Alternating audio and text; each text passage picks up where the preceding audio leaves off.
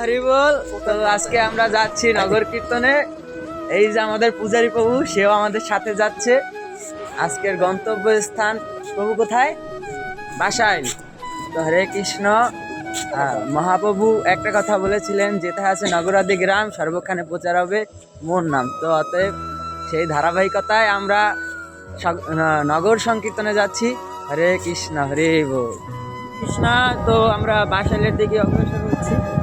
এই যে আমাদের ভক্ত, এই হচ্ছে রাহেন। হরে কৃষ্ণ না। তো আমরা গিয়ে এসে পৌঁছেছি। এখন আমাদের প্রভু মালা জপ করায় ব্যস্ত। মালা জপ করা শেষ হলে আমরা সংকীর্তনে মেতে উঠবো। হরে কৃষ্ণ। রাম রাম হরে হরে।